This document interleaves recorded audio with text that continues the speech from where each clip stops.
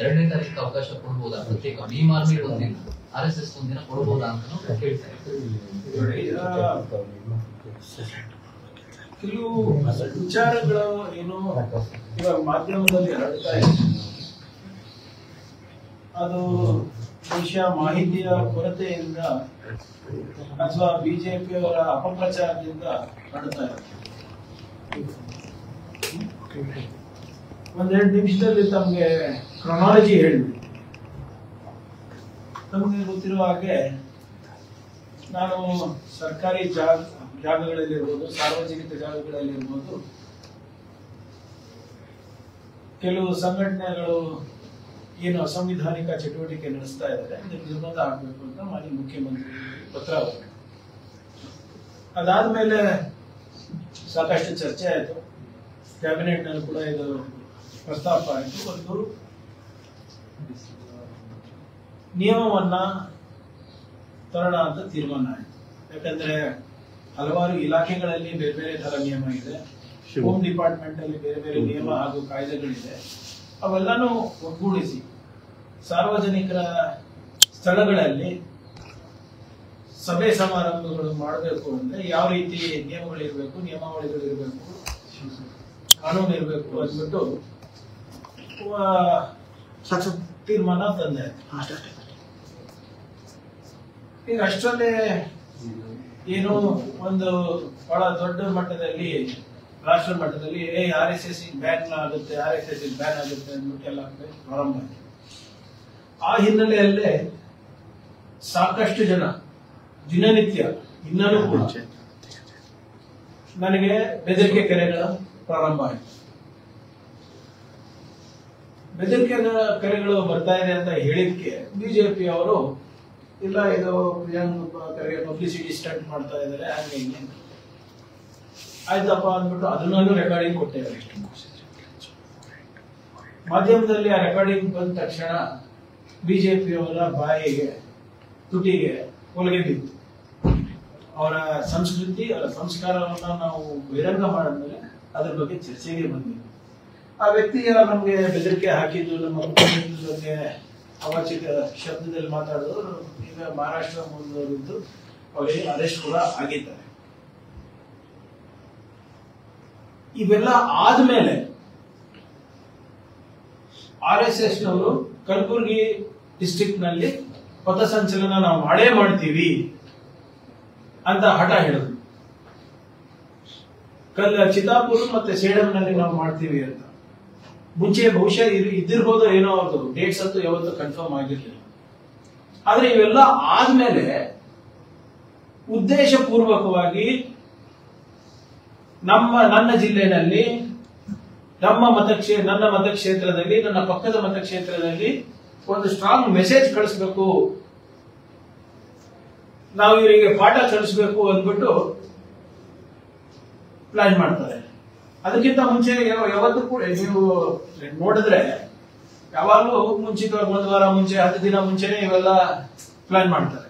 ಆದ್ರೆ ಇಲ್ಲಿ ಯಾವಾಗ ಈ ವ್ಯಕ್ತಿ ಬಂಧನ ಆಗ್ತದೆ, ಇದು ಚರ್ಚೆಗೆ ಬರುತ್ತೆ, ಬಿಜೆಪಿ ನಾಯಕರೆಲ್ಲ ತೊಡೆ ತಟ್ತಾರೆ, ಅದಾದ್ಮೇಲೆ ಇವರು ಹೀಗೆ ಪ್ಲಾನ್ ಮಾಡ್ತಾರೆ. ನಾನು ಹೇಳ್ದಂಗೆ ಇವ್ರು ಯಾರು ಸರ್ಕಾರದ ಅನುಮತಿ ಕೇಳೋದಿಲ್ಲ. ಒಂದು ಕಾಗದದಲ್ಲಿ ಸಂಘದ ಹೆಸರು ಅನ್ನ ಉಲ್ಲೇಖಿಸಿ ಯಾವ ವ್ಯಕ್ತಿ ಚಿತ್ತಾಪುರದವರು ಅಲ್ಲ, ಚಿಂಚೋಳಿದವರು ಅನ್ಸುತ್ತೆ, ಮತ್ತೆ ಕಲಬುರಗಿದವರು, ಅವರು ನಾವು ಪಥಸಂಚಲನ ಮಾಡ್ತಾ ಇದ್ದೀವಿ, 100 ವರ್ಷ ಆಗಿದೆ RSS ಗೆ ಪಥಸಂಚಲನ ಮಾಡ್ತಾ ಇದೀವಿ, ಇದು ನಮ್ಮ ರೂಟ್, ನಾವು ಈ ಗದ್ದೆಗಳಿಗೆ ಹೋಗಿ ಇಲ್ಲಿ ನಾವು ಪಥಸಂಚಲನ ಮಾಡಿ ನಾವು ಬಜಾಜ್ ಕಲ್ಯಾಣ ಮಂಟಪಕ್ಕೆ ನಾವು ಬಂದು ಅಲ್ಲಿ ಭಾಷಣ ಮಾಡ್ತೀನಿ ಅಂತ ಹೇಳ್ತಾರೆ. ಅವರು ಅನುಮತಿ ಕೇಳೋದಿಲ್ಲ. ಇದು ಮಾಹಿತಿಗಾಗಿ ಅಂತ ಇರೋದು ಲೆಟರ್, ಅನುಮತಿಗಾಗಿ ಅಲ್ಲ, ಮಾಹಿತಿಗಾಗಿ. ಅವಾಗ ತಹಸೀಲ್ದಾರರು ಕೆಲವು ಪ್ರಶ್ನೆಗಳು ಕೇಳ್ತಾರೆ. ಅಷ್ಟರಲ್ಲಿ ಏನಾಗುತ್ತೆ, ಇವರು ಪಥಸಂಚಲನ ಮಾಡ್ತಾ ಇದಾರಲ್ಲ ಅಂತ ಬೇರೆ ಸಂಘಟನೆಗಳು, ಭೀಮ್ ಆರ್ಮಿ, ದಲಿತ್ ಪ್ಯಾಂಥರ್ ಮತ್ತೆ ಇನ್ನ ಒಂದು 2-3 ಸಂಘಟನೆಗಳು ಅವರು ಕೂಡ ಚಿತ್ತಾಪುರ್ನಲ್ಲಿ ಪಥಸಂಚಲನ ಮಾಡಲಿಕ್ಕೆ, ಕಲಬುರಗಿನಲ್ಲಿ ಜಿಲ್ಲಾದ್ಯಂತ ಪಥಸಂಚಲನ ಮಾಡಲಿಕ್ಕೆ ಅವರು ಕೂಡ ಪರ್ಮಿಷನ್ ಕೇಳ್ತಾರೆ. ಅವ್ರೇನ್ ಹೇಳ್ತಾರೆ,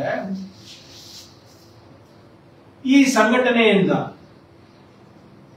ಪ್ರಿಯಾಂಕ್ ಖರ್ಗೆಗೆ ನಿಂದನೆ ಆಗಿದೆ, ಓಪನ್ ಆಗಿ ಆ ವ್ಯಕ್ತಿಯ ಯಾರು ಬೆದರಿಕೆ ಹಾಕಿರ್ತಾರೆ, ನಾನು ಈ ಸಂಘಟನೆಯದವನು, ಇದನ್ನ ನಾನು ಮೈಗೂಡಿಸ್ಕೊಂಡಿದ್ದೀನಿ, ಈ ತತ್ವವನ್ನ, ಸಿದ್ಧಾಂತವನ್ನ, ನೀನ್ ಯಾರು ಇದಕ್ಕೆ ಪ್ರಶ್ನೆ ಮಾಡಕ್ಕೆ ಅಂತ ಏನು ಬೆದರಿಕೆ ಹಾಕ್ತಾರಲ್ಲ, ಈ ಸಂಘಟನೆಯಿಂದ ಆಗಿದೆ. ಈ ಸಂಘಟನೆಯದವರು ನಮ್ಮಲ್ಲಿ ಸಾಕಷ್ಟು ಬೇಸರ ಇದೆ, ಆಕ್ರೋಶ ಇದೆ, ಇದನ್ನ ನೀವು ಅಲವ್ ಮಾಡಬೇಡಿ, ಅಥವಾ ಅವ್ರಿಗೆ ಅಲವ್ ಮಾಡಿದ್ರೆ ನಮಗೂ ಅಲವ್ ಮಾಡಿ. ಆದ್ರೆ ಏನಾದ್ರೂ ಹೆಚ್ಚ ಕಮ್ಮಿ ಆದ್ರೆ ಯಾರು ಜವಾಬ್ದಾರಿ ಅಂತ ಅವರು ಕೂಡ ಒಂದು ಪತ್ರ ಬರೀತಾರೆ ನಮ್ಮ ಗೃಹ ಇಲಾಖೆ. ಈಗ ನಮ್ಮ ಇದೇ ಸಂಘಟನೆಯಿಂದ ನಾನು ಬಯಸ್ಕೊಂಡಿ, ನಮ್ಮ ಕುಟುಂಬದ ಮೇಲೆ ಇವರು ಏನೇನೋ ಇಲ್ಲದ ಸಲ್ಲದೆಲ್ಲ ಮಾತನಾಡಿ ಚಿತ್ತಾಪುರ್ನಲ್ಲೇ ಪಥಸಂಚಲನ ಮಾಡ್ತಾರೆ ಅಂದ್ರೆ ನಮ್ ಜನ ಏನ್ ಮಾಡ್ಬೇಕು? ಬಟ್ ನ್ಯಾಚುರಲಿ ಅಲ್ಲ, ಈಗ they will also be hurt ಅಲ್ಲ. ಈಗ ಅವ್ರ ಹತ್ರ ಒಂದು 10 ಜನ ಇದ್ರೆ, ಬೆಂಬಲಿಗರಿದ್ರೆ, ಅಭಿಮಾನಿಗಳಿದ್ರೆ, ನಮ್ಮ ತತ್ವ ಸಿದ್ಧಾಂತ ನಂಬ್ಕೊಂಡು ಒಂದು 10 ಜನ ಅಭಿಮಾನಿಗಳು ಬೆಂಬಲಿಗರು ಇರ್ತಾರಲ್ಲ, ನಾವ್ ಏನೇ ಹೇಳಿದ್ರು ಕಾನೂನಾತ್ಮಕವಾಗಿ ಹೇಳ್ತೀವಿ, ಸಂವಿಧಾನದ ಅಡಿನಲ್ಲಿ ಹೇಳ್ತೀವಿ. ಇವರು ಹಿಂಗೆ ಮಾತನಾಡಿ ಇಲ್ಲ ನಾವು ಮಾಡ್ತೀವಿ, ಹಠ ಹೇಳಿದ್ವಿ, ಮಾಡ್ಬೇಕಾದ್ರೆ ಆಮೇಲೆ ಮಾಡ್ಬೋದಾಗಿತ್ತಲ್ಲ, ಏನ್ ಅರ್ಜೆಂಟ್ ಏನಿತ್ತು ನಿಮ್ದು? ಇಮಿಡಿಯೇಟ್ ಆಗಿ ಮಾಡ್ಬೇಕಾಗಿತ್ತಂತ ಏನಿದ್ದು? ಏನ್ ಸಾಧನೆ ಏನ್ ಮಾಡ್ಬೇಕಾಗಿತ್ತು ನೀವು? ಯಾವ ಪಾಪ ಅಮಾಯಕರ ಹತ್ರ ದಿನ ನಮ್ಗೆ ಫೋನ್ ಕರೆ ಮಾಡಿ ಬೆದರಿಕೆ ಕೊಡ್ತೀರ. ಅದ್ರ ಪ್ರಕಾರ ನಾವು ಕಾನೂನು ಕ್ರಮ ತಗೊಂಡ್ರೆ ನೀವು ಕಾನೂನನ್ನ ಮೀರಿ ನಾವು ಪಥಸಂಚಲನ ಮಾಡ್ತೀನಿ ಅಂತ ಬರೋದ ಅವಶ್ಯಕತೆ ಏನಿದೆ? ಇದೇ ಡೇಟಿಗೆ ಬರಬೇಕು ಅಂತ ಏನು ಅವಶ್ಯಕತೆ ಇದೆ?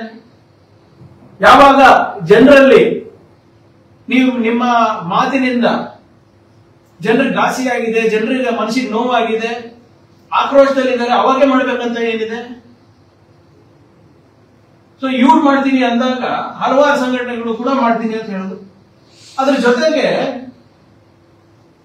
ಬಿಜೆಪಿ ಚಿತ್ತಾಪುರಿನ ಅಭ್ಯರ್ಥಿ, ಹಿಂದಿನ ಅಭ್ಯರ್ಥಿ, ಅವರು ಕೂಡ ಬಂದು ಪ್ರೆಸ್ ಮೀಟ್ ಮಾಡಿಬಿಟ್ಟು ನಿನಗೆ ಬರೇ ಫೋನ್ ನಲ್ಲಿ ಬೆದರಿಕೆ ಬರ್ತಾ ಇದೆ, RSS ನವರು ಕಟ್ಟರ್ಪಂಥಿಗಳು, ದೇಶಭಕ್ತರು, ನಾಳೆ ನಿಮ್ ಮನೆಗೆ ಬಂದ್ರು ಬರ್ತಾರಪ್ಪ, ಹುಷಾರಾಗಿರುವಂತಾನೆ.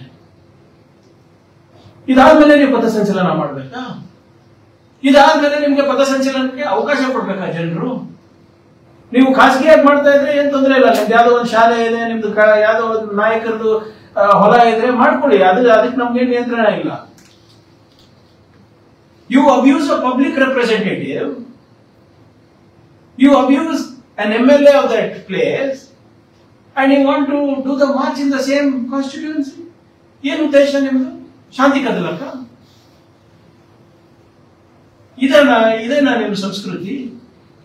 ನೀವು ದಯವಿಟ್ಟು ನನ್ನ ಮಾಧ್ಯಮ ಸ್ನೇಹಿತರಿಗೆ ಹೇಳಿದ ಕ್ರೊನಾಲಜಿ ನೋಡಿ. ಯಾಕೆ ಇವರು ಅವತ್ತೇ ಮಾಡಬೇಕಾಗಿತ್ತು? ಅವ್ರಿಗೆ ಗೊತ್ತಿಲ್ವಾ? ಜನರಲ್ಲಿ ಈಗ ನಾವು MLA ಆಗ್ಬೇಕಂದ್ರೆ ಒಂದು 50-60 ಸಾವಿರ ಓಟ್ ಹಾಕಿಸ್ಕೊಂಡಿರ್ತೀನಲ್ಲ ಸರ್, ಆ 50-60 ಸಾವಿರ ಜನರಲ್ಲಿ ಒಂದು 5-10 ಸಾವಿರ ಜನನ ನಮ್ಮ ಕೆಲಸ ಮೆಚ್ಚಿ, ನಮ್ಮ ಸ್ವಭಾವವನ್ನು ಮೆಚ್ಚಿ, ಏನೋ ಒಂದು ನಮ್ಮ ಪರವಾಗಿ ಇರ್ತಾರಲ್ಲ. ಈಗ ನೀವು 500 ಜನ ಬಂದ್ರೆ ಅಲ್ಲಿ 5,000 ಜನ ಯಾರು ಕಂಟ್ರೋಲ್ ಮಾಡ್ತಾರೆ? ಈಗ ನಾವೇನು ಪ್ರಚೋದನೆ ಕೊಟ್ಟಿದೀವ ಯಾರಿಗನ್ನ? ಅಥವಾ ನಾವೇನು ಮನವಿ ಮಾಡಿದೀವ ಸಂಘಟನೆಗಳಿಗೆ, ಇಲ್ಲ ನೀವು ಮಾಡ್ರಿ ಅಂತ? ಈಗ ನಿಮ್ಮ MLA ಅಭ್ಯರ್ಥಿ ಬೈತಾರೆ, ನಿಮ್ಮ ಸಂಘಟನೆದವರು ಬೈತಾರೆ, ಮತ್ತೆ ನೀವು ಅಲ್ಲೇ ಪಥಸಂಚಲನ ಮಾಡಬೇಕು ಅಂತ ಇದ್ರಲ್ಲ, ಯಾಕೆ? ಆಮೇಲೆ ಬಹಳ ಸ್ಪಷ್ಟವಾಗಿ ಅವರು ನಾನು ಹೇಳ್ದಂಗೆ ಪರ್ಮಿಷನ್ ಕೇಳ್ತಾ ಇಲ್ಲ ಸರ್ಕಾರದಿಂದ, ಅನುಮತಿ ಕೇಳ್ತಾ ಇದ್ದಾರೆ, ಮಾಹಿತಿ ಕೊಡ್ತಾ ಇದ್ದಾರೆ. ಯಾಕೆ? There above constitution, there above the law of the land. ಈಗ ಅದಕ್ಕೆ ಅಲ್ಲಿನ ಸ್ಥಳೀಯ ಅಧಿಕಾರಿಗಳು ಒಂದು 11 ಪ್ರಶ್ನೆಗಳನ್ನ ಕೇಳ್ತಾರೆ. ಯಾಕಂದ್ರೆ ಪರಿಸ್ಥಿತಿ ಅಲ್ಲಿ ಗಂಭೀರವಾಗಿದೆ, ವಾತಾವರಣ ಸರಿ ಇಲ್ಲ ಇವ್ರ ಕಡೆಯಿಂದ. ಅದಕ್ಕೆ ಕೇಳ್ತಾರೆ ಸದರಿ ಪಥಸಂಚಲನದಲ್ಲಿ ಎಷ್ಟು ಜನ ಭಾಗವಹಿಸುತ್ತೋ ಮಾಹಿತಿ ನೀವು ನೀಡಿರೋದಿಲ್ಲ ಅಂತ ಹೇಳ್ಬೇಕಲ್ಲ. 1000 ಜನ ಬರ್ತಾರ, 2000 ಜನ ಬರ್ತಾರ, 10,000 ಜನ ಬರ್ತಾರ.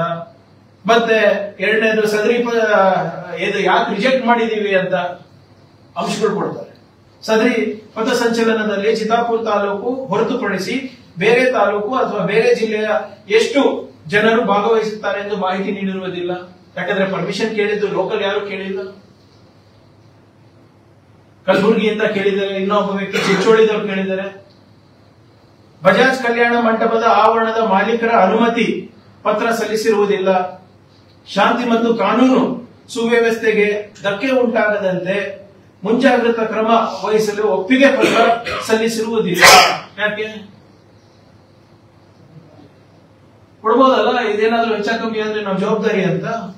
ಲಾಠಿ ಅಥವಾ ಆಯುಧಗಳ ಕುರಿತು ಮಾಹಿತಿ ನೀಡಿರುವುದಿಲ್ಲ.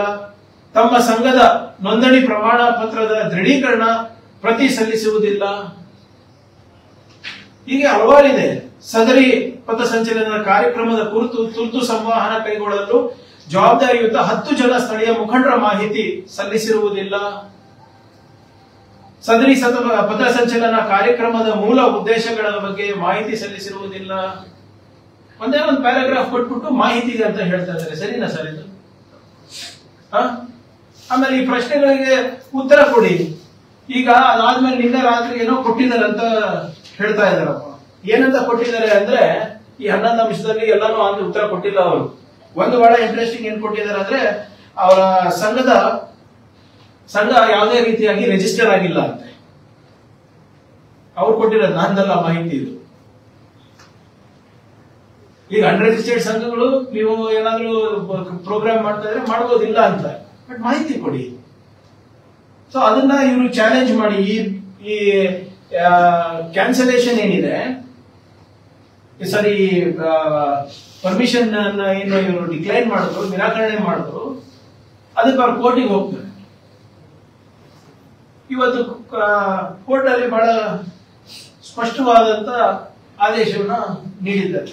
ಅವರೇನ್ ಹೇಳ್ತಾ ಇದ್ದಾರೆ ಅಂದ್ರೆ, ಲಾ and order is the primary duty of the state to maintain social order. Ultimately, state authorities vested with power make reasonable decision for grant or regulate the request made by citizens or organization. They are best to make ground realities of situation and reach appropriate conclusion for public peace and tranquility. ಅಂದ್ರೆ ಅಲ್ಲಿ ಏನ್ ಹೇಳ್ತಾ ಅಂದ್ರೆ ಅಲ್ಲಿ ಏನ್ argument ನಲ್ಲಿ ಏನ್ ಹೇಳ್ತಾ ಇದ್ದಾರೆ ಅಂದ್ರೆ, ಅಥವಾ ಜಡ್ಜ್ ಅವರು ಏನ್ ಹೇಳಿದ್ದಾರೆ ಅಂದ್ರೆ, ಸಮಾಜದಲ್ಲಿ ಶಾಂತಿ ಕಾಪಾಡುವ ಜವಾಬ್ದಾರಿ ರಾಜ್ಯ ಸರ್ಕಾರದ್ದು. ಹಲವಾರು ಅದಕ್ಕೆ ಉದಾಹರಣೆಗಳು ಇವೆ, ಹಿಂದಿನ ಜಡ್ಜ್ಮೆಂಟ್ಸ್ ಇದೆ. The state authorities vested with power ಅಂದ್ರೆ ಅವರ ಜವಾಬ್ದಾರಿ ಆಗಿದೆ, ಅವ್ರ ಹತ್ರ ಪವರ್ ಇದೆ to make reasonable decision for grant or regulate. ನಮ್ಮ ವಿವೇಚನೆಗೆ ಬಿಟ್ಟಿರೋದು, ಅದು ನಾವು ಏನು ಕೊಡ್ಬೇಕಾ ಅಥವಾ ನಿಯಂತ್ರಣ ಮಾಡಬೇಕಾ, ಅದು ನಾಗರಿಕರಿರ್ಬೋದು, ಸಂಘಟನೆಗಳಿರ್ಬೋದು. They are the best to make ground realities of the situation. ಅಂದ್ರೆ ಸ್ಥಳೀಯ ಮಟ್ಟದಲ್ಲಿ ನಿಜಾಂಶಗಳೇನಿದೆ, ಪರಿಸ್ಥಿತಿ ಹೇಗಿದೆ, ಮಾಡಬಹುದಾ ಇಲ್ಲ ಅಂತ ಪಬ್ಲಿಕ್ ಇಂಟ್ರೆಸ್ಟ್ ನಲ್ಲಿ ಅವರು ತಗೋಬೇಕಾಗುತ್ತೆ ಡಿಸಿಷನ್ ಅಂತ ಹೇಳುದು. ಸೊ ಅದಕ್ಕೆ ಅವ್ರೇನ್ ಹೇಳ್ತಾರೆ, ಅದಕ್ಕೆ ಅವರ ಜಡ್ಜ್ ಅವ್ರು ಕೇಳ್ತಾರೆ, ಸರ್ಕಾರ ಇದನ್ನ ಕನ್ಸಿಡರ್ ಮಾಡಬಹುದಾ ಮುಂದೆ ಅಂತ. ಅದಕ್ಕೆ ಸರ್ಕಾರ ಕೂಡ ಹೇಳಿದೆ, ಆಯ್ತು ನೋಡೋಣ ಸರ್, ಅವ್ರೇನ್ ಏನು we will see if we can designated place ನಲ್ಲಿ ಏನಾದ್ರು ಮಾಡಬಹುದಾ, ಅದನ್ನ ನಾವು ಕನ್ಸಿಡರ್ ಮಾಡ್ತೀವಿ ಅಂತ ಹೇಳಿದ್ರು. ಸೊ ಅದಕ್ಕೆ ಏನು ಇದು ಆರ್ಗ್ಯುಮೆಂಟ್ಸ್ ನಲ್ಲಿ ಬಹಳ ಸ್ಪಷ್ಟವಾಗಿ ಏನು ಹೊರ ಬಂದಿದೆ ಅಂದ್ರೆ, ಅವ್ರೇನಾದ್ರೂ ಮತ್ತೊಮ್ಮೆ ಅರ್ಜಿ ಹಾಕಿದ್ರೆ ಕನ್ಸಿಡರ್ ಮಾಡಿ ಅಂತ ಹೇಳಿದ್ರು. ಸದ್ಯಕ್ಕೆ ಇವತ್ತು ಮಾಡಂಗಿಲ್ಲ, ಇವತ್ತು ಮಾಡಬಾರ್ದು. Because already reported that the environment is not favorable. ಯಾರು ನೀವು ಬೈದಿದ್ದೀರಾ ಅವ್ರ ಕ್ಷೇತ್ರಕ್ಕೆ ಹೋಗಿ ಮಾಡೋ ಅವಶ್ಯಕತೆ ಏನಿದೆ? ಮತ್ತೆ ಎಲ್ಲರೂ ಇವತ್ತೇ ಯಾಕೆ ಮಾಡ್ತಾ ಇದ್ದೀರಾ? ಎಲ್ಲರೂ ಅವರವರ ಹಕ್ಕಿದೆ, ಇಲ್ಲ ಅಂತ ಇಲ್ಲ. ಭೀಮ್ ಆರ್ಮಿ ಅವರಿಗೂ ಇದೆ, ದಲಿತ್ ಪ್ಯಾಂಥರ್ ಅವರಿಗೂ ಇದೆ, RSS ಅವರಿಗೂ ಇದೆ, ಕಾಂಗ್ರೆಸ್ ಪಕ್ಷಕ್ಕೂ ಇದೆ, ಬಿಜೆಪಿಗೂ ಇದೆ. ಸರಿಯಾಗಿ ಮಾಡಿ, ಶಾಂತಿಯನ್ನು ಅದ್ಭುತವಾಗಿ ಮಾಡಿ, ಯಾವುದೇ ರೀತಿಯಾದಂತ ಅಹಿತಕರವಾದಂತ ಘಟನೆಗಳು ನಡೆಲಾರ್ದಂಗೆ ನೋಡ್ಕೊಳ್ಳೋದು ರಾಜ್ಯ ಸರ್ಕಾರದ. ಅವರು ಎಲ್ಲೂ ಹೇಳಿಲ್ಲ. ನೀವು ಮತ್ತೊಮ್ಮೆ ಅರ್ಜಿ ಸಲ್ಲಿಸಿ ಸರ್ಕಾರ ಕನ್ಸಿಡರ್ ಮಾಡಬಹುದಾ ಇಲ್ಲ ಅಂತ ನಾವು ಪರಿಶೀಲನೆ ಮಾಡಿ ಅಂತ ಹೇಳಿದರು. ಸೊ ಅವ್ರು ಕೊಡ್ಲಿ, ಮತ್ತೊಮ್ಮೆ ಅರ್ಜಿ ಕೊಡ್ಲಿ, ಏನೇನು ಪ್ರಶ್ನೆಗಳು ಕೇಳಿದ್ದಾರೆ with respect to maintaining law and order. ಅವರು ಮತ್ತೊಮ್ಮೆ ಸಲ್ಲಿಸಿದ್ರೆ based on the conditions and environment ಅವ್ರು ಮಾಡಲಿ. ಆದ್ರಿಂದ ಇವತ್ತು ಒಂದು ಸ್ಪಷ್ಟವಾದಂತ ಸಂದೇಶ ಏನು ಅಂದ್ರೆ,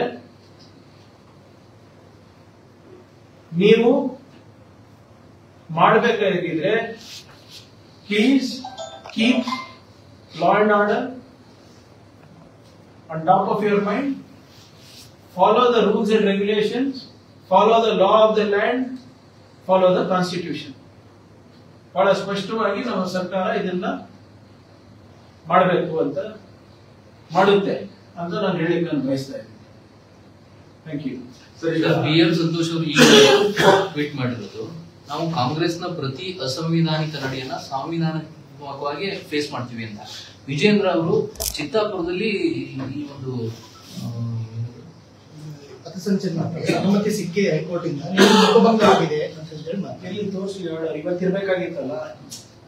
ನೋಡಿ, ವಿಜೇಂದ್ರ ಅವರಿಗೆ ಇದೇ ನಾನು ಹೇಳಿದ್ದೀನಿ, ನೀವೇನಾದ್ರೂ ನೀವು ನಿಮ್ ಸ್ವಂತ ಬುದ್ಧಿಯನ್ನ ಉಪಯೋಗ ಮಾಡಿ ಸ್ಟೇಟ್ಮೆಂಟ್ಗಳು ಮಾಡಿಲ್ಲ ಅಂದ್ರೆ ನಗೆ ಪಾಟ್ಲಿಗಿಲ್ಲ. ಸರ್ವಾಧಿಕಾರಿ ಆಯ್ತು, ಬಂದಿ ಸ್ವಾಗತ, ಬನ್ನಿ ಚಿತ್ತಾಪುರಿಗೆ, ನೋಡ್ದಂಗಾಗುತ್ತೆ, ಮಾಡಿ. ಯಾರು ಮಾಡಬೇಡ ಅಂತ ಇದ್ದಾರೆ? ಕರೆಕ್ಟ್ ಆಗಿ ಏನ್ ಅನ್ನೋದು ಪ್ರಶ್ನೆಗಳು ಕೇಳಿದ್ರೆ ಉತ್ತರ ಕೊಟ್ಟು ಮಾಡ್ರಿ. ಸುಮ್ನೆ republic of Kalaburagi, republic of Chittapur, ಸರ್ವಾಧಿಕಾರಿ ಧೋರಣೆ, ಇದು ನಾನ ಕೊಟ್ಟಿರೋದು ಆರ್ಡರ್. ನೀವ್ ಹೋಗಿದ್ರಲ್ಲ, ಈಗ ಎಲ್ಲಿ ಆರ್ಡರ್ ನಲ್ಲಿ ಎಲ್ಲಿ ಹೇಳಿದೆಯಪ್ಪ ಇವತ್ತು ಮಾಡ್ಬೇಕಾಗಿದೆ ಅಂತ? ಇವತ್ತು ತಾನೇ ಇತ್ತು, ತೋರಿಸ್ಬಿಡಿ ಆರ್ಡರ್ ನಲ್ಲಿ. ಅದೇ ಎಲ್ಲಿದೆ ಆರ್ಡರ್? ಮುಖಭಂಗ ಅಂತ ಹೇಳ್ತಾ ಇದ್ದಾರೆ, ಎಲ್ಲಿದೆ? ಯಾರಿಗೆ ಮುಖಭಂಗ?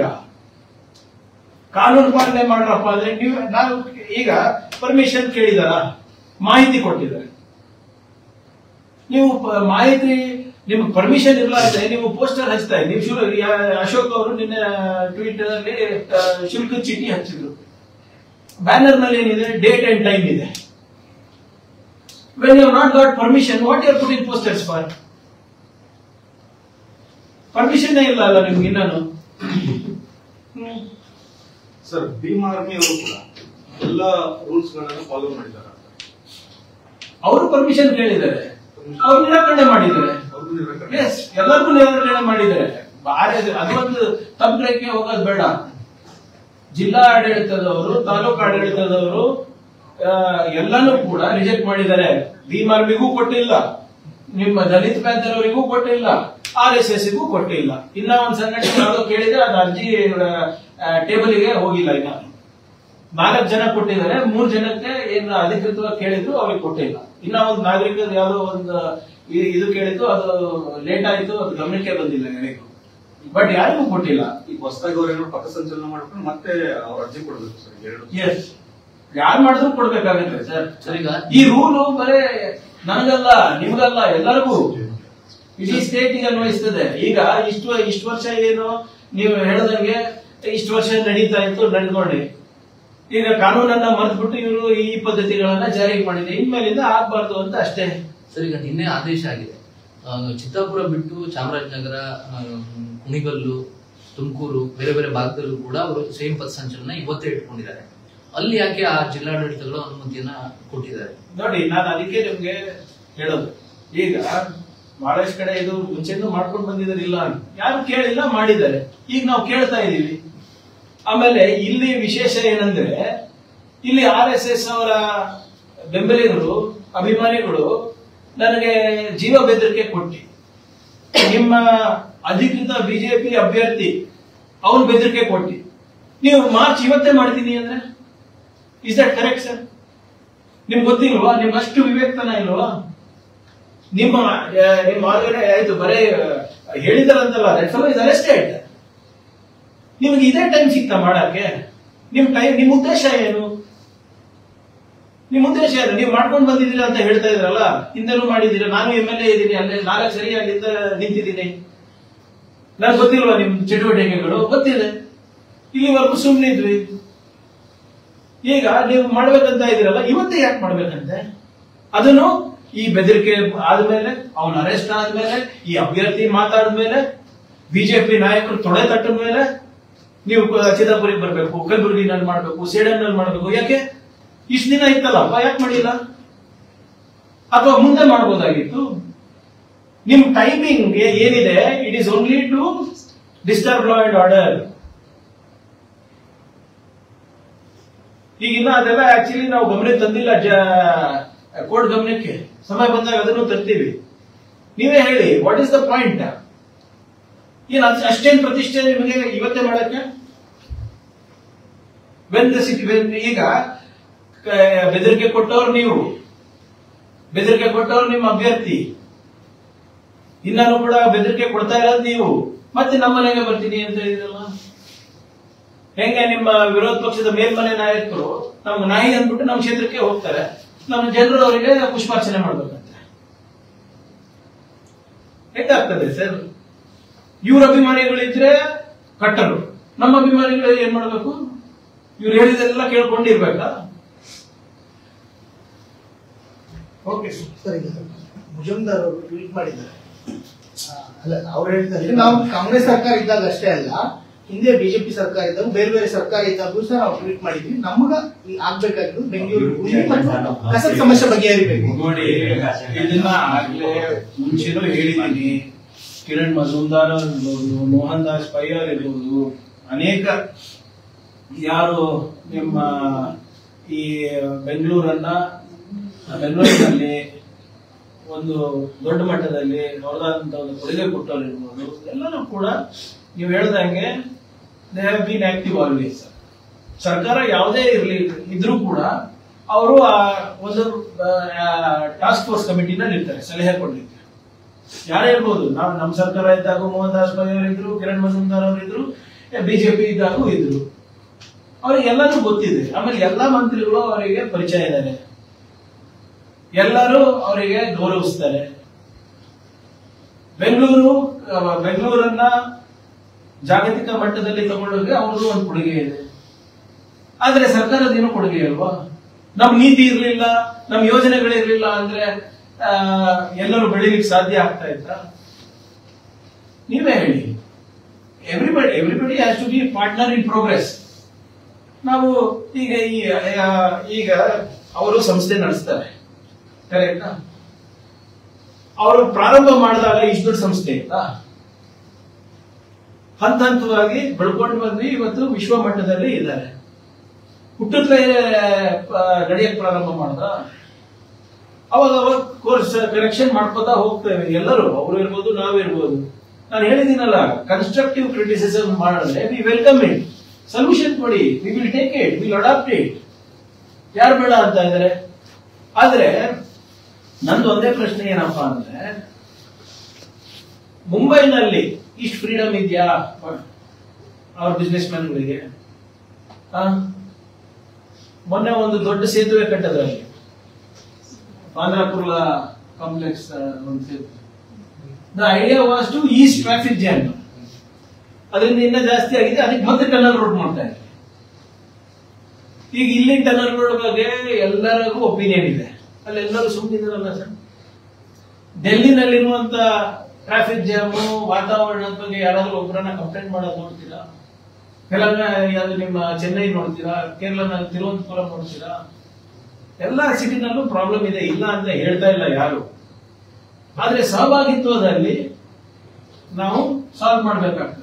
ಒಂದು ಒಳ್ಳೇದೇನಪ್ಪಾ ಅಂದ್ರೆ there expectation is that Congress government can and will solve it. ಹಿಂದಿನ ಸರ್ಕಾರಗಳಲ್ಲೆಲ್ಲ ಇವ್ರು ಇಷ್ಟೊಂದು ಆಕ್ಟಿವ್ ಆಗಿರಲಿಲ್ಲ. ಜಾಸ್ತಿ ಭರವಸೆ ಇದ್ದಂಗಿದೆ ಸರ್. ಈಗ ಸರ್ಕಾರ ಒಂದು ವಾರ ನೋಡಿ, it is my responsibility sir. ನೋಡಿ, ಈಗ providing the best possible infrastructure for investment and growth is my responsibility, is the responsibility of the government. ನಾವು ಪ್ರಯತ್ನ ಮಾಡ್ತಾ ಇಲ್ಲ ಅಂತ ಇಲ್ಲ ಸರ್. ಹೇಳಿ, ನೀವು ಈಗ ಲಾಸ್ಟ್ ಟೈಮ್ ನಾವು ಫ್ಲೈಓವರ್ ಮಾಡ್ಬೇಕಂದ್ರೆ ಫ್ಲೈಓವರ್ ಬೇಡ ಅಂದ್ರು. ಆಯ್ತಪ್ಪ, ಮೇಲಿಂದ ಹೋಗಕ್ಕಾಗಲ್ಲ, ಕೆಳಗಡೆಯಿಂದ ಅಕ್ವಿಸಿಷನ್ ಅಕ್ವೈರ್ ಮಾಡಕ್ಕಾಗಲ್ಲ, ಕೆಳಗಡೆಯಿಂದ ಟನಲ್ ಅಂದ್ರೆ ಅದನ್ನು ಬೇಡ ಅಂತಾರೆ. ಹೇಗೆ ಹೋಗೋದು? ಪರಿಹಾರ ಬೇಕಲ್ಲ. ಮೇಲೆ ಬೇಡ, ಕೆಳಗಡೆ ಬೇಡ ಅಂದ್ರೆ ಎಲ್ಲಿಂದ ಹಾಕೊಂಡು ಹೋಗ್ತೀರಾ ಎಲ್ಲ ಕಡೆ? ಸರಿ, ನಾವು ಈಗ almost we are in phase 2 96 kilometres metro ನಾವು ಎಕ್ಸ್ಟೆಂಡ್ ಮಾಡಿದ್ವಿ. ನಾಳೆನೇ ಬರುತ್ತಾ? ಸಬರ್ಬನ್ ರೈಲ್ನಲ್ಲಿ 69 ಸ್ಟೇಷನ್ ಮಾಡ್ತಾ ಇದ್ದೀವಿ, ನಾಳೆನೇ ಬರುತ್ತಾ?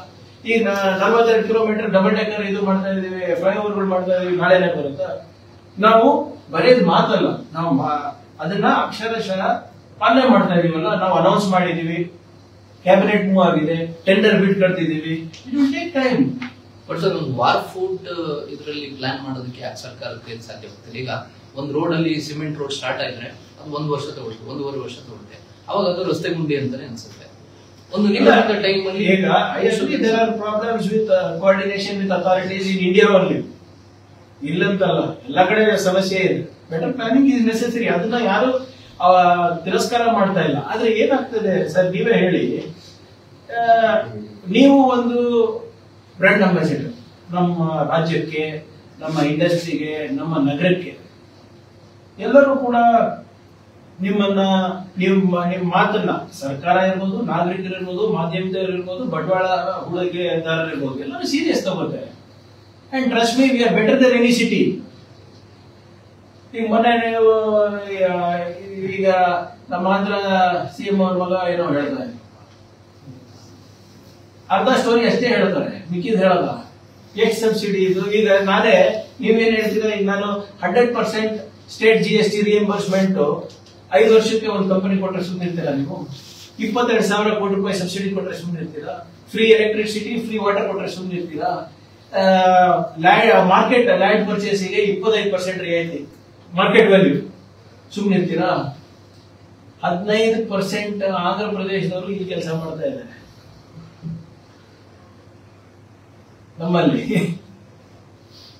ನಮ್ಮವರು ಹೋಗಿ ಅಲ್ಲಿ ಕೆಲಸ ಮಾಡ್ತಾ ಇಲ್ಲ, ಹೆಚ್ಚಾಗಿ ಅಲ್ಲಿಂದ ಬಂದು ಈ ಕೆಲಸ ಮಾಡ್ತಾ ಇದ್ದಾರೆ. ಹೈಯೆಸ್ಟ್ ಮೈಗ್ರೆಂಟ್ ಪಾಪ್ಯುಲೇಷನ್ ಅಬ್ಸಾರ್ಪ್ಷನ್ ಇವತ್ತು ನಮ್ಮ ರಾಜ್ಯದಲ್ಲಿ ಇದೆ, ಇಡೀ ಇಂಡಿಯಾನಲ್ಲಿ. One of the fastest growing cities in the world. And yes, it's a work in progress, ನಾನು ಹೋಗ್ತೀನಿ. ಆದ್ರೆ ಸ್ವಲ್ಪ ಏನೇ ನ್ಯೂನ್ಯತೆಗಳಿದ್ರು ಕೂಡ ಅದನ್ನ ಹೇಗೆ ನಿವಾರಣೆ ಮಾಡಿಬಿಟ್ಟು ನಾವು ಮುಂದುವರಿಬೇಕು ನೋಡೋದು ಹೊತ್ತು. ದಿನ ಬೆಳಿಗ್ಗೆ ಎದ್ದು ನೀವು ಬರೇ ಕ್ರಿಟಿಸೈಸ್ ಮಾಡಿಬಿಟ್ರೆ ಏನಾಗುತ್ತೆ, ನಿಮ್ಮ ಮಾತಿಗೂ ಬೆಲೆ ಕೂಡ ತಿಳಿಸ್ಬೇಕು. ಇದು ದಿನ ಇದ್ದಿದೆ ಅಂತ ಹೇಳ್ತಾರೆ. ಅಬ್ಜೆಕ್ಟಿವ್ಲಿ ನೀವು ಹೇಳಿ, ಪಾಯಿಂಟ್ A to B ಸರಿ ಇಲ್ವಾ? ಪ್ರಯತ್ನ ಮಾಡೋಣ, ಇವತ್ತಿಗೆ ನಾಳೆ ಸಾರ್ಟ್ ಔಟ್ ಮಾಡೋಕೆ. ಇಲ್ಲ, ನೀವು ಒಂದು ಆಲ್ಟರ್ನೇಟ್ ಆಗಿ ಸಿ ಕ್ರಿಯೇಟ್ ಮಾಡೋದು, ಆಪ್ಷನ್ ಸಿ ಕೊಟ್ರೆ ಇದು ಮೊಬಿಲಿಟಿ ಚೆನ್ನಾಗುತ್ತೆ, ಇದು ಟ್ರಾಫಿಕ್ ನಿಯಂತ್ರಣ ಆಗುತ್ತೆ ಅಂತ ಹೇಳಿದ್ರೆ try that also. Who saying no? ಎರಡನೇ ಹಂತದ ನಗರಗಳ ಬಗ್ಗೆ ಯಾರು ಹೋಗಕ್ ತಯಾರಿಲ್ಲ. ಈ ಬಿರಾಟ್ ಬೆಂಗಳೂರು ಅಂದ್ಬಿಟ್ಟು ನಮ್ದೇ ಪಾಲಿಸಿ ಇದೆ ಸರ್. ಇವತ್ತು ನೋಡಿ, ಮೈಸೂರು 3,200 ಕೋಟಿ ರೂಪಾಯಿ IT ಎಕ್ಸ್ಪೋರ್ಟ್ಸ್ ಮಾಡ್ತಾ ಇದೆ. ಹುಬ್ಳಿ ಸುಮಾರು 7,500 ಕೋಟಿ ರೂಪಾಯಿ ಎಕ್ಸ್ಪೋರ್ಟ್ ಮಾಡ್ತಾ ಇದೆ. ಮಂಗಳೂರು ಸುಮಾರು 3,000 ಕೋಟಿ ರೂಪಾಯಿ ಎಕ್ಸ್ಪೋರ್ಟ್ ಮಾಡ್ತಾ ಇದೆ. ನಮ್ಮ ನವೋದ್ಯಮದಲ್ಲಿ ಇವತ್ತು 1,800 ಏನು ಅಪ್ಲಿಕೇಶನ್ ಬಂದಿದೆ. 400ಕ್ಕಿಂತ ಹೆಚ್ಚು ನವೋದ್ಯಮಗಳು Tier 2 ಟೌನ್ಸ್ ಇಂದ ಇದೆ. ಈಗ ಮೊನ್ನೆ ತಾನೇ ಮಂಗಳೂರಿನಲ್ಲಿ IT ಪಾರ್ಕ್ ಅನ್ನ ನಾವು ಎಸ್ಟಾಬ್ಲಿಷ್ ಮಾಡ್ಲಿಕ್ಕೆ ನಾವು ಅನುಮೋದನೆ ಕೊಟ್ಟಿದ್ದೀವಿ. ಬೆಳಗಾಂನಲ್ಲಿ ಸ್ಪೆಷಲ್ ಝೋನ್ ಇಂದ ಇವತ್ತು ಐಫೋನ್ ಕೆಲವು ಮೈಕ್ರೋ ಕಾಂಪೊನೆಂಟ್ಸ್ ಅಲ್ಲಿಂದ ತಯಾರಿ ಹಾಕೊಂಡು ಹೋಗ್ತಾ ಇದೆ. ಮಾಡ್ತಾ ಇದೀವಿ. ಇದು ಈಗ leap programme, local economic acceleration programme ಅದೇ ಅಲ್ವಾ? ಹುಬ್ಳಿ, ಬೆಳಗಾವಿ, ಧಾರವಾಡ ಒಂದು ಕ್ಲಸ್ಟರ್, ಮಣಿಪಾಲು, ಉಡುಪಿ, ಮಂಗಳೂರು ಒಂದು ಕ್ಲಸ್ಟರ್, ರಾಮನಗರ, ಮಂಡ್ಯ, ಮೈಸೂರು ಒಂದು cluster, Kalaburagi regional head quarter ಒಂದು ಕ್ಲಸ್ಟರ್, ಬಳ್ಳಾರಿ ಒಂದು ಕ್ಲಸ್ಟರ್. ಇದರಲ್ಲಿ 1000 ಕೋಟಿ ರೂಪಾಯಿ ನಾವು ದುಡ್ಡು ಹಾಕ್ತಾ ಇದೀವಿ. ಇದು ಸುಮ್ಮನೆ ಏನೋ ಒಂದು ಕಾನ್ಸೆಪ್ಟ್ ಅಲ್ಲ. ಈಗ ಮೊನ್ನೆ ನಾನೇ ಹೋಗಿ ಬಂದಿದ್ದೀನಿ ಮಂಗಳೂರಿಗೆ. ಅಲ್ಲಿ ಹೋಗಿ ಅನೌನ್ಸ್ ಮಾಡ್ಬಿಟ್ಟು ನಾನು 2 ವಾರ ಕೇಳಿದ್ದೆ, ನಾನು ಇದನ್ನ ಒಂದು IT ಪಾರ್ಕ್ ಅನ್ನ ಘೋಷಣೆ ಮಾಡ್ತೀವಿ ನ್ಯಾನೋ GCC ಅಂತ. ಕ್ಯಾಬಿನೆಟ್ ನಲ್ಲಿ ಮೊನ್ನೆ ಅನುಮೋದನೆ ಅಂತ ಪ್ರಯತ್ನ ಅದು ನಿರಂತರವಾಗಿ ನಡೀತಾ ಇದೆ.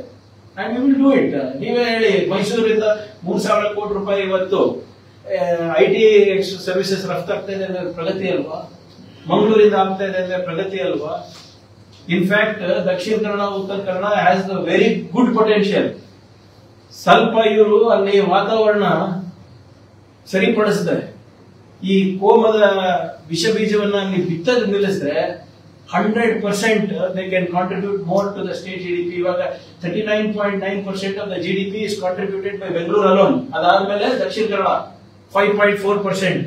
ಇವ್ರು ಏನಾದ್ರೂ ಒಂದು ಒಳ್ಳೆ ಬಂಡವಾಳಕ್ಕೆ ಅವಕಾಶ ಕೊಟ್ರೆ, ಉದ್ಯೋಗ ಕಲ್ಪಿಸ್ಕೊಡ್ಲಿಕ್ಕೆ ಅವಕಾಶ ಕೊಟ್ರೆ ಆರಾಮಾಗಿ 7% ತನಕ ಹೋಗುತ್ತೆ ಇನ್ನ 1.5-2 ವರ್ಷದಲ್ಲಿ.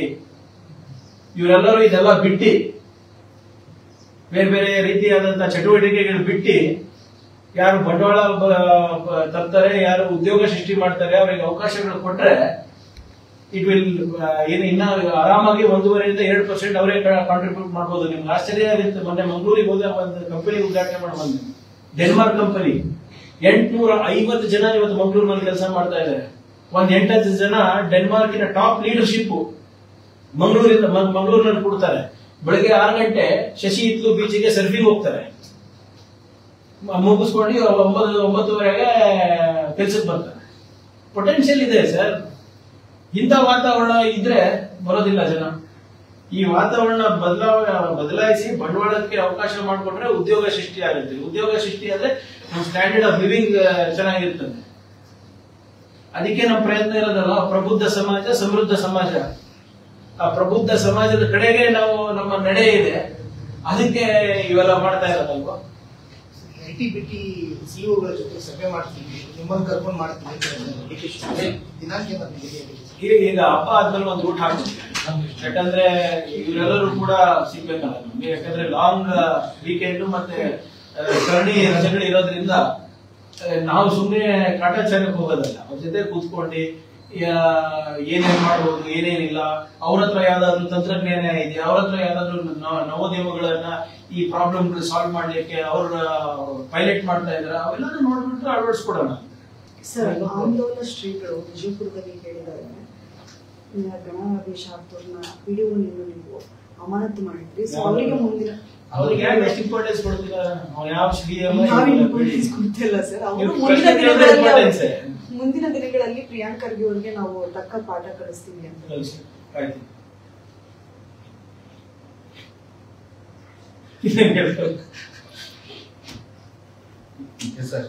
Thank you. It depends. Who is asking and why they are asking. ಎಲ್ಲ